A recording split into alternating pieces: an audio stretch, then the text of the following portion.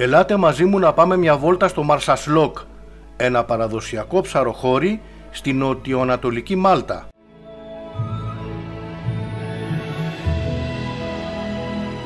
Το όνομα του χωριού προέρχεται από το αραβικό Μάρσα, που σημαίνει λιμάνι, και το μαλτέζικο Σλόκ, που είναι μια τοπική ονομασία για τη λέξη νοτιοανατολικός άνεμος.